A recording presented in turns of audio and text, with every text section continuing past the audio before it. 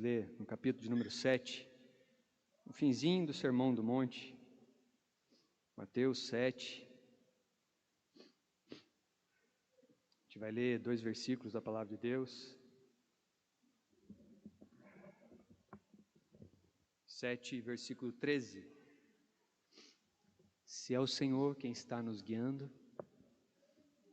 Ele vai nos guiar pelo melhor caminho. Nem sempre o melhor caminho é aquele que nós queremos escolher. Amém? Aleluia! Se é o Senhor quem está nos guiando, é Ele quem irá nos capacitar, é Ele quem irá nos fortalecer, mas nós passaremos pelo centro da sua vontade. Amém? Mateus 7, versículo 13 diz assim: entrai pela porta estreita, porque larga é a porta e espaçoso o caminho que conduz à perdição, e muitos são os que entram por ela. E porque estreita é a porta e apertado o caminho que leva à vida, e poucos há que a encontrem. Existem 2 portas. Existem 2 caminhos. Lá em Deuteronômio, Deus convoca o povo e deixa bem claro para eles: eis que vos proponho hoje a vida e a morte, a bênção e a maldição. E ele dá a dica no mesmo versículo, ele diz assim: escolha ou escolhe, pois, a vida para que vivas. Nossa escolha está diretamente atrelada ao nosso livre-arbítrio. Não tem como nós desconfigurarmos um do outro. Quando você vê lá Josué chamando o povo para a realidade daquilo que estava acontecendo: escolham hoje quem vocês vão servir. Se os deuses do outro lado do rio, os deuses dos amorreus e assim por diante. Porém, eu e minha casa serviremos ao Senhor. Escolher a melhor parte está sempre atrelado àqueles que muitas das vezes não escolhem a maior facilidade. Pelo contrário, porque nos dias em que nós vivemos, não só nesses dias, mas desde a vinda de nosso Senhor e Salvador Jesus Cristo, escolher a melhor parte é escolher a parte que se chama renúncia. E para que haja renúncia, é preciso deixarmos. Não é possível acontecer renúncia sem abrirmos mão de alguma coisa. Isso começa com a nossa conversão. Quando nós aceitamos a Jesus, nós escolhemos abrir mão do quê? Do pecado. Quando nós aceitamos a Jesus, nós escolhemos abrir mão do quê? Da nossa vontade, do nosso querer, para então agora passar a fazer a vontade de Deus na minha vida. A partir do momento que as minhas mãos são erguidas, eu tomo uma decisão. E a Bíblia diz o quê? Se com a tua boca confessares a Jesus e no coração creres que Ele ressuscitou dentre os mortos, serás salvo. Mas até onde a declaração é o bastante? Eu tomo como exemplo o ladrão da cruz. A declaração do ladrão da cruz foi o bastante. Por quê? Porque ele reconheceu quem estava ao seu lado. E ao reconhecer quem estava ao seu lado, disse: Senhor, lembra-te de mim quando entrares no teu reino. Naquele momento, no seu coração, ele estava crendo, e com a sua boca ele estava falando: Senhor, lembra-te de mim. No mesmo momento, a declaração surte um efeito: hoje mesmo tu estarás comigo no paraíso. Para ele, a simples declaração serviu. Mas e para nós, que já há alguns anos nos rendemos aos pés do Senhor e escolhemos seguir esse caminho? Nos decidimos diante de um convite que foi nos dado, que foi nos feito. Abrimos a porta quando Jesus bateu na porta do nosso coração e nos posicionamos. Qual deve ser o restante, a continuidade, o prosseguir? Onde está atrelado tudo isso? Aí vem o Sermão do Monte, falar claramente aos nossos corações a respeito das escolhas que nós devemos tomar. E as escolhas que nós devemos tomar estão atreladas às bem-aventuranças. E ele vem falando, e ele vem falando, e ele vem falando, e no capítulo 7, ele começa falando a respeito de que nós não devemos julgar. Engraçado que esse julgar aqui, muitos têm tido como algo pejorativo, como eu não posso julgar o meu irmão, eu não posso alertar o meu irmão, eu não posso exortar o meu irmão, eu não posso trazer o meu irmão para a realidade, porque se assim eu fizer, eu estarei julgando o meu irmão. Nada disso, irmãos. Pelo contrário, o que eu não posso fazer é justamente tomar como base a minha vida para medir a vida do meu irmão. Eu tenho que tomar como base a palavra de Deus para medir tanto a minha quanto a do meu irmão. Então, não quer dizer que eu não posso chamar o meu irmão para a realidade, não. Nós juntos precisamos estar atentos à realidade. E ele continua, e ele fala a respeito de que porque reparas no argueiro, e assim ele vai. E aí ele entra na bondade de Deus, e ele fala sobre pedir e dar-se-vos-á, ele fala sobre aquele pedido que é sincero, e agora ele entra a respeito dos dois caminhos. Depois dos dois caminhos, ele vai falar dos falsos profetas, ele vai falar dos falsos mestres, e por último, ele fala a respeito de quem vai entrar no reino de Deus. Vamos nos ater no versículo de número 13 e no versículo de número 14. De novo, vamos ler. Entrai pela porta estreita. Eu pergunto para a igreja, quem é que entra? Não somos nós? Então está diante de nós uma escolha. E aqui a dica é clara, e ela é objetiva. Ele diz, porque larga é a porta e espaçoso o caminho que conduz à perdição. O que é mais fácil? Nós estarmos em cima de um púlpito com toda essa largura, ou nós estarmos entre dois batentes de uma porta? O que é mais fácil? Por onde é mais fácil nós passarmos? Por aqui ou por aqui? E qual é a nossa tendência? No nosso cotidiano, será que o que nós escolhemos,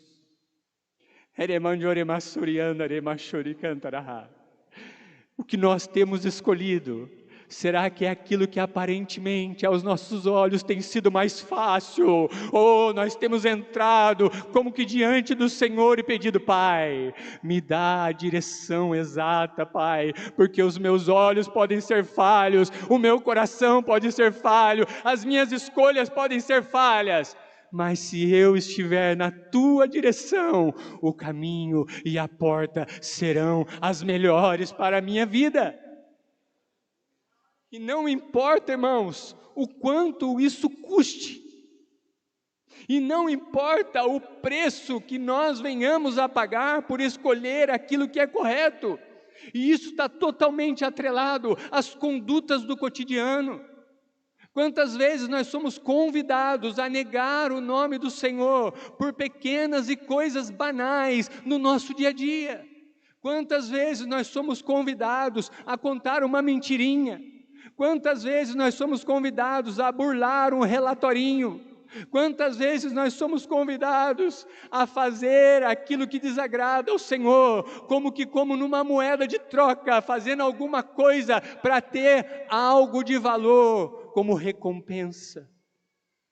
É a respeito disso que o texto vai nos dizer: a porta estreita te convida para uma responsabilidade, a porta estreita te convida para a sensatez de pensamento, a porta estreita te convida a pensar não nas coisas terrenas, mas pensar nas coisas celestiais. A porta estreita nos convida a perguntar para nós mesmos: quais têm sido as minhas escolhas? E o texto ele continua: porque larga é a porta, é espaçoso o caminho que conduz à perdição, e muitos são os que entram por ela.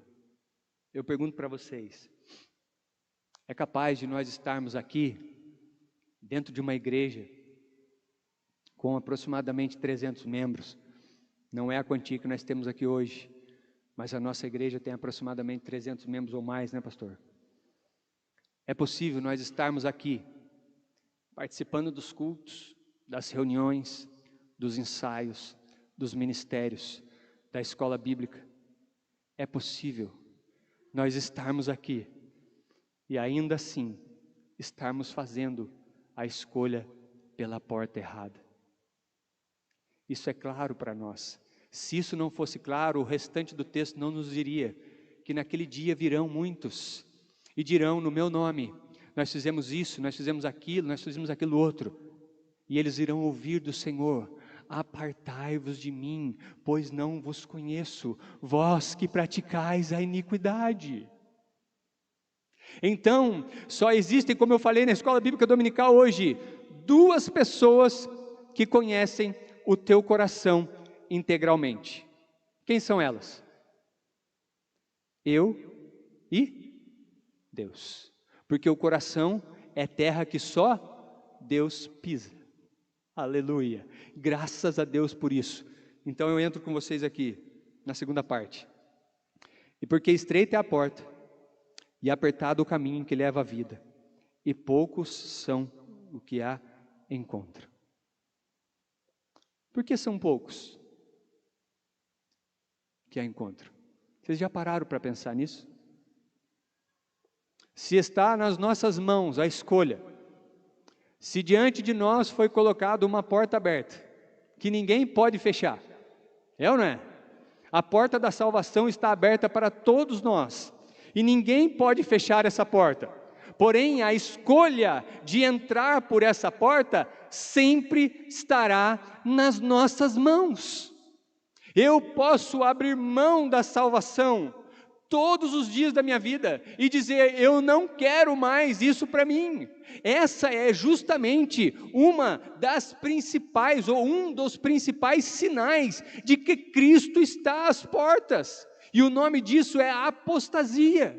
Quantos têm se apostatado da fé? E quando nós falamos de apostasia, nós não falamos de pessoas que chegaram ontem na igreja, aceitaram a Jesus ontem, não. Nós estamos falando de pessoas que já estão caminhando com Cristo há anos, que já viveram experiências reais e individuais com Deus, e que por algum motivo estão deixando a caminhada, para fazer qualquer outra coisa que não a vontade de Deus. E isso chama a nossa atenção, porque é feito de forma deliberada, mesmo conhecendo e tendo ciência da consequência. Então o que nós precisamos hoje?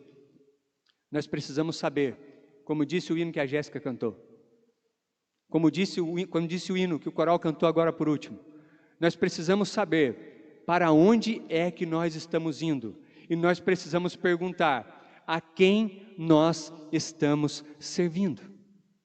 Para responder essas perguntas não é difícil, porque se fosse difícil, o Evangelho não seria simples, o Evangelho não se utilizaria de palavras comuns, de palavras que qualquer camponês na época poderia entender. Não, o Evangelho seria recheado de palavras das mais difíceis possíveis, assim como quando você abre um processo legal, você vai lá para um Código Civil e abre aquele Código Civil. Se você não tiver uma formação, dificilmente você vai conseguir entender na integralidade tudo que está dito naquela lei. Quando você pega um processo e dá uma papirada no processo, espera aí, deixa eu ver como é que está andando o meu processo na justiça, você fica sem entender grande parte do que está escrito ali, porque a intenção ali não é esclarecer, a intenção ali parece que é complicar cada vez mais, para que um leigo não consiga entender o que está escrito, mas Cristo deixou bem claro para nós, irmãos, que a sua verdade, ela é viva e ela é eficaz, porque a sua verdade é a sua palavra, e ela penetra onde ninguém pode penetrar, e ela faz o que ninguém pode fazer. Mas para que isso aconteça, irmãos, é preciso haver da nossa parte um posicionamento verdadeiro, um posicionamento real. Não fique tapando o sol com a peneira, não fique tentando se enganar, caminhando por caminhos tortuosos, fazendo o que você sabe muito bem que não agrada ao Senhor, achando que você vai enganá-lo. Esse é o maior erro, irmãos, dos que estão na caminhada. E nós temos visto aí, você não precisa pesquisar muito para você ver noticiários passando as mais horrendas notícias a respeito de irmãos nossos, que por algum motivo escolheram a vereda do pecado. E é engraçado, sabe o que é?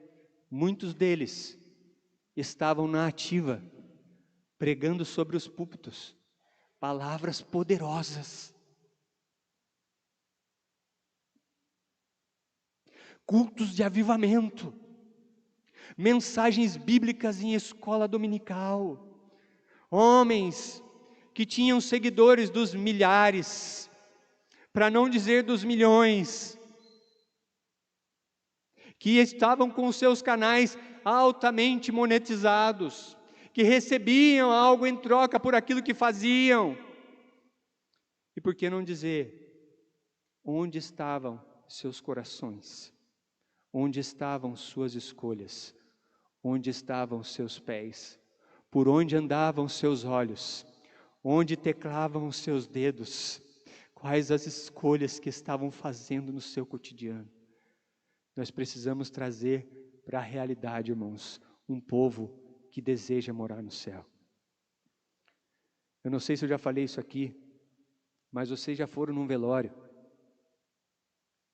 e chegaram do lado do caixão, e vocês já viram alguma vez alguém chegar ali e olhar para aquela pessoa e dizer assim, coitadinho, né? Morreu, foi para o inferno. Você já viu alguém fazer isso? Eu estou com 45 anos, eu nunca vi ninguém na beira de um caixão dizendo que a pessoa morreu e foi para o inferno. Pelo contrário, as palavras que a gente ouve são sempre diferentes, Marcos. Elas dizem o quê? Está melhor que nós. Foi para o andar de cima. Está bem agora. Está no céu. Está junto do Pai. E quando você olha o versículo que está ali naquele esquife, o que está escrito? É sempre uma palavra relacionada ao céu, à bem-aventurança. Mas será que todos que ali estavam, realmente estavam nos braços do Pai? Ou as escolhas que eles estavam fazendo estavam muito mais distante da realidade de um evangelho vivo e eficaz, que é poderoso para transformar a nossa vida, do que próximo dele? E eu continuo aqui. Às vezes, irmãos, a palavra não é tão gostosa como a gente imagina. Às vezes, ela não nos leva por onde nós gostaríamos de ir. Mas eu quero dizer um negócio para vocês, é justamente essa palavra que nós precisamos ouvir, porque não é à toa, irmãos, que nós temos arestas para serem aparadas, e se nós não tivéssemos aresta para serem aparadas, nós já não estaríamos mais aqui, irmãos, nós já estaríamos com o Senhor, e é justamente pelo fato de nós termos arestas a serem aparadas, é que nós estamos dispostos para ouvir a voz do Deus que fala, não aquilo que nós queremos, mas aquilo que nós precisamos. Se nós perguntássemos aqui hoje, sua semana como é que foi? Foi de vitória, poder e glória? Ou ela foi recheada de provações, tentações, perseguições, pecados que batiam à sua porta em todo momento? Quem pode dizer aqui que durante toda essa semana, de domingo passado até hoje, não passou por nenhuma tentação e não foi convidado a pecar todos os dias dessa semana? Quem aqui pode dizer que não foi em momento nenhum acusado de fazer aquilo que não deveria ter feito? Nós falamos sobre isso no encontro de homens ontem. Nós falamos sobre uma pergunta que é imprescindível para todos nós.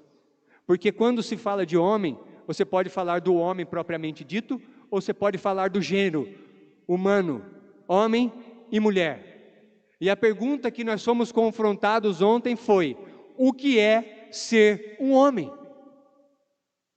E isso serve hoje não só para nós homens, mas serve para nós, homens e mulheres, que são chamados pelo nome do Senhor e que são convidados a viver uma vida transformada para poder transformar a outros.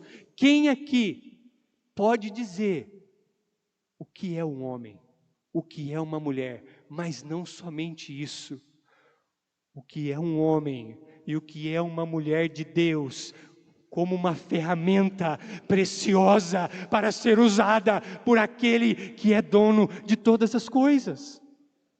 Quantas vezes nós fazemos essa pergunta para nós?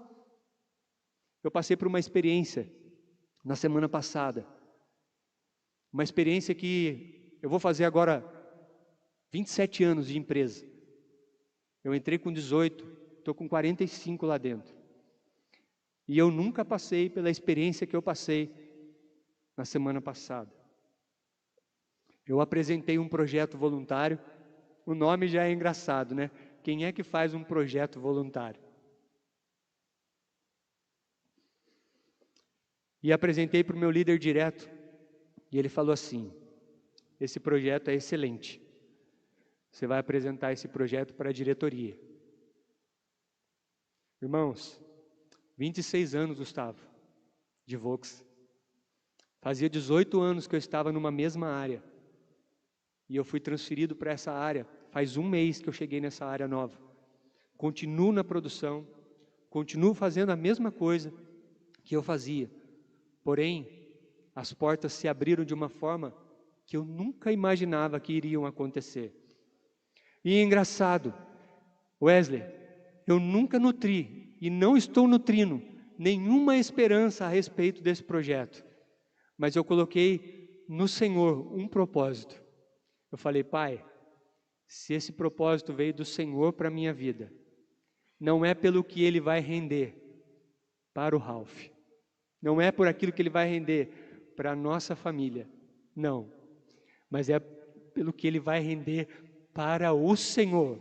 Então, se o Senhor me der essa oportunidade, eu farei questão de falar do Teu nome dentro daquela sala de reunião. E assim eu segui orando. Eu compartilhei com o Davi, eu ainda não tinha apresentado o projeto. E eu cheguei lá, apresentei o projeto. O projeto é a coisa mais simples que vocês possam imaginar. Porque às vezes a gente pensa: nossa, que projeto que foi esse do irmão Ralph? Deve ter sido um negócio. Não, foi a coisa mais simples do mundo. Sabe por quê, irmãos? Porque a ideia não é inventar a roda já está aí. A ideia, sabe qual que é? Fazer com que essa roda gire cada vez com mais excelência. É aí que nós somos convidados a fazer a diferença. O nome do projeto é simples. E o nome é Algo a Mais. Entrar pela porta estreita é escolher fazer algo a mais. Porque aquilo que Cristo poderia ter feito por nós, Ele já fez. E Ele já fez justamente aonde? Na cruz do Calvário, rendendo para nós o seu sangue e nos concedendo o livre acesso ao Pai. Agora, depois de confessarmos ao Senhor com a nossa boca e no coração crermos que o Senhor ressuscitou dentre os mortos, alcançarmos essa tão maravilhosa, sublime salvação que é pela graça, cabe a nós 2 passos. Já escolhemos, já cremos, agora precisamos o quê? Fazer algo a mais. E o que é fazer algo a mais no reino de Deus? É assumir para si a responsabilidade da continuidade daquilo que Cristo colocou nas nossas mãos. E isso é a coisa mais simples que nós podemos fazer, porque o que é dar a continuidade daquilo que Cristo já fez por nós? É continuar fazendo pelos outros aquilo que Cristo fez em nosso lugar. Então quer dizer que eu preciso dar a minha vida? Não, eu preciso dar aquilo que eu tenho de melhor, e que eu tenho de melhor é a salvação em Cristo Jesus. E a salvação, ela não vem de outra forma, senão pela proclamação da palavra. A salvação, ela não vem de outra forma, senão pela proclamação dessa verdade. E como é que nós proclamamos essa verdade? Nós proclamamos essa verdade, primeiro, através da nossa vida. Por quê? Porque na semana passada, Deus me deu uma frase. E a frase é essa, compartilhei com o pessoal lá hoje. Se você tiver menos do que rios de água viva para oferecer aos que estão ao seu redor, é sinal de que você ainda não foi transformado. Vou de novo. Se você tiver para oferecer menos do que rios de água viva para os que estão ao seu redor, é porque você ainda não foi transformado. Qual que é o texto, irmão Ralph? Quem crê em mim, rios de água viva fluirão do seu ventre. Quem é que tem rios de água viva? Quem crê. E quem creu? Fomos nós. E o que é o algo a mais? Deixar que esse rio flua através de nós. Não é difícil. É simples, é só oferecer aquilo que você tem de melhor no Senhor. Não são as suas características, não é a tua capacidade intelectual, não, é a pureza que está dentro de ti, porque quem está dentro de ti é o Espírito Santo de Deus.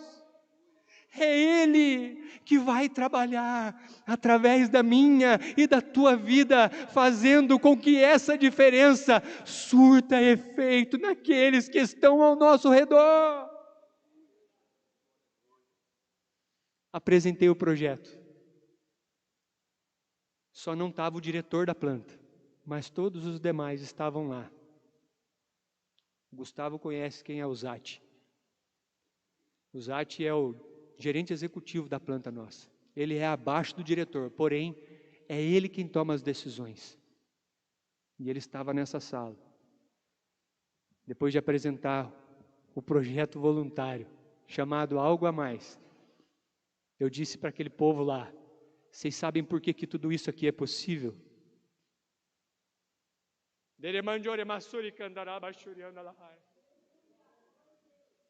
Quantas vezes você está negociando um lugar no estacionamento?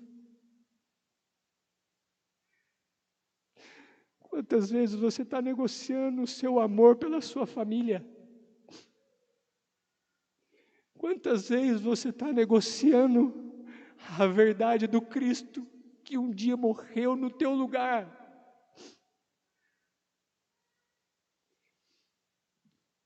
Isso tudo só é possível porque eu sou um cristão. E quem guia a minha vida é a palavra de Deus. E são 2 textos claros para mim, que eu não fujo deles, e que eles servem como base para mim, dentro dessa empresa e fora dessa empresa, e são eles. o que estão escritos lá em Colossenses 3, 23 e 24, e citei os 2 textos para eles naquela sala. Essa semana, e nos dias que se seguiram da semana passada, foram pessoas, Pai, me visitar na linha de produção, que eu nunca vi na minha vida. Na hora que eu estava saindo daquela sala de vidro, tinha um homem na beira da porta, ele me agarrou pelo braço. Pastor, por favor. Ele fez assim no meu braço e ele disse assim: sabe as palavras. Aleluia. Glória a Deus. O que você tem para oferecer não vem de ti, mas vem daquele que flui rios de água viva dentro de você.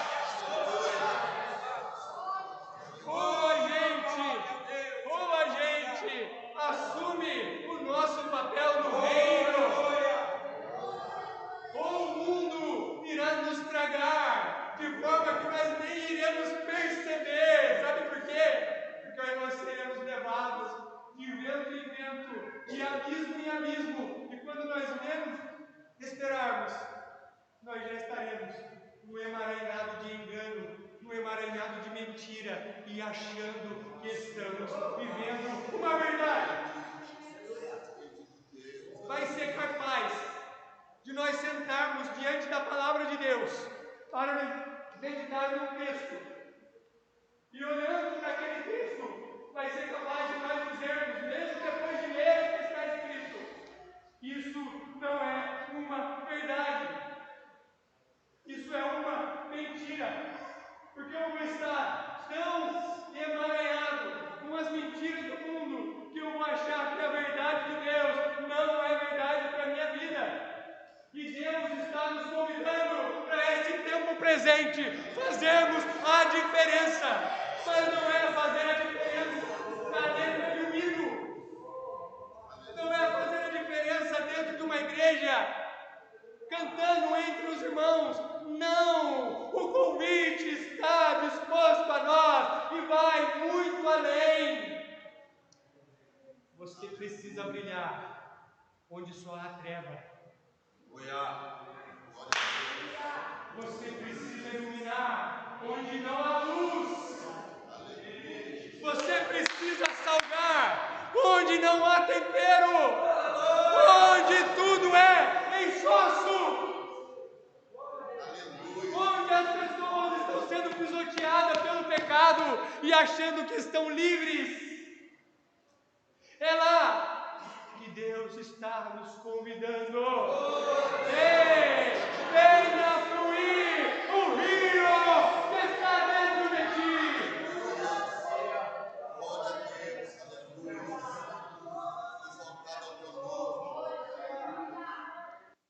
Não espere lauréis. Não espere palmas, mas esteja preparado para a perseguição. É sério isso que eu estou falando para vocês. Porque se isso não fosse sério, o Sermão do Monte não teria começado com as bem-aventuranças, que vão deixar bem claras para nós, que nós teremos sim respostas positivas, mas não esperemos respostas positivas daqueles que estão no mundo, mas esperemos respostas positivas daquele que é dono de todas as coisas. É a Ele que nós servimos, é para Ele que nós estamos aqui, e é a Ele que nós entregamos a nossa vida. Se você entregou a sua vida ao Senhor, não se esqueça, todos os dias você está sendo convidado a fazer algo a mais. E algo a mais é ir justamente além do trivial, do simples, do corriqueiro. Deus está te chamando para fazer algo novo. Deus está te chamando para impactar os que estão ao seu redor. Deus está te chamando para fazer a diferença numa geração que está corrompida e pervertida e necessita ver clareza em nós. Eu encerro aqui, dizendo para vocês o seguinte: orem por mim, me cubram de oração, para que eu possa continuar cumprindo o propósito de Deus, dentro da igreja, fora da igreja, na família, entre os irmãos, entre os amigos, entre os que estão ao redor. E por favor, aceitem o convite, entrem junto comigo nessa fileira e digam: eu quero fazer algo a mais. Eu quero fazer algo a mais, não para a minha vanglória, não para o meu bolso, não para o que chama a minha atenção, não, mas para o meu Deus. Comece tirando de você aquilo que rouba o teu tempo. Você vai estar dando um passo gigantesco. Eu não estou mandando você dar fim no celular, eu estou mandando você tirar daqui tudo aquilo que tem roubado o teu tempo. E aí você vai entender o quanto você pode dedicar ao Senhor com aquilo que o Senhor tem colocado nas tuas mãos. Eu agradeço pela oportunidade, pastor Rubens, em nome de... Pode orar? Vamos nos colocar em pé, vamos orar.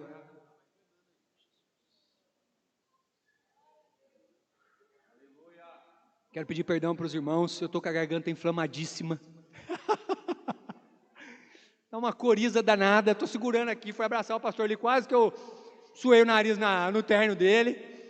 Mas eu quero dizer para vocês, a alegria no meu coração, em poder compartilhar com vocês daquilo que o Senhor tem colocado no meu coração e na minha vida. Eu sei que o lugar mais longe que eu posso chegar na vida de vocês é na beirinha do seu ouvido.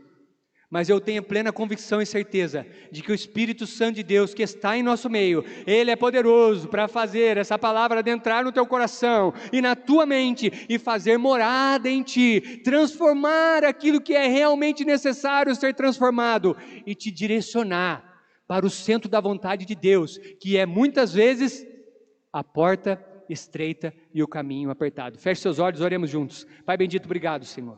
Obrigado, Senhor, pela oportunidade que nos deste de primeiro, Senhor, estarmos na Tua presença, buscarmos a Tua face, adorarmos o Teu nome, bendizemos a Ti, Senhor, porque só Tu és digno, ó Pai, de ser bendito, adorado, ó Pai, em nosso meio. Obrigado, Senhor, pela Tua palavra, Senhor, que é viva, palavra, Senhor, que é eficaz, palavra, Senhor, que é mais penetrante do que espada de dois gumes, que tem poder, Pai, para penetrar, Senhor, na divisão da alma e do espírito, da junta e da medula, e é poderosa, Pai, para discernir os pensamentos e as intenções dos nossos corações. Pai, que esta palavra tenha adentrado onde é necessário e tenha feito a Deus aquilo que lhe apraz, com veracidade, com comprometimento e com propósito. Pai, continua testificando nos nossos corações a alegria de te servir, Pai, e que nós não nos envergonhemos, que não nos envergonhemos, ó Pai, mas que assumamos o nosso papel no Teu reino, para continuarmos a continuidade, ó Pai, da Tua verdade e do Teu Evangelho, enquanto aqui estivermos. Deus, essa é a oração que fazemos como igreja do Senhor, dando graças por tudo no precioso nome de Jesus. Amém e amém. Deus abençoe a igreja em nome de Jesus.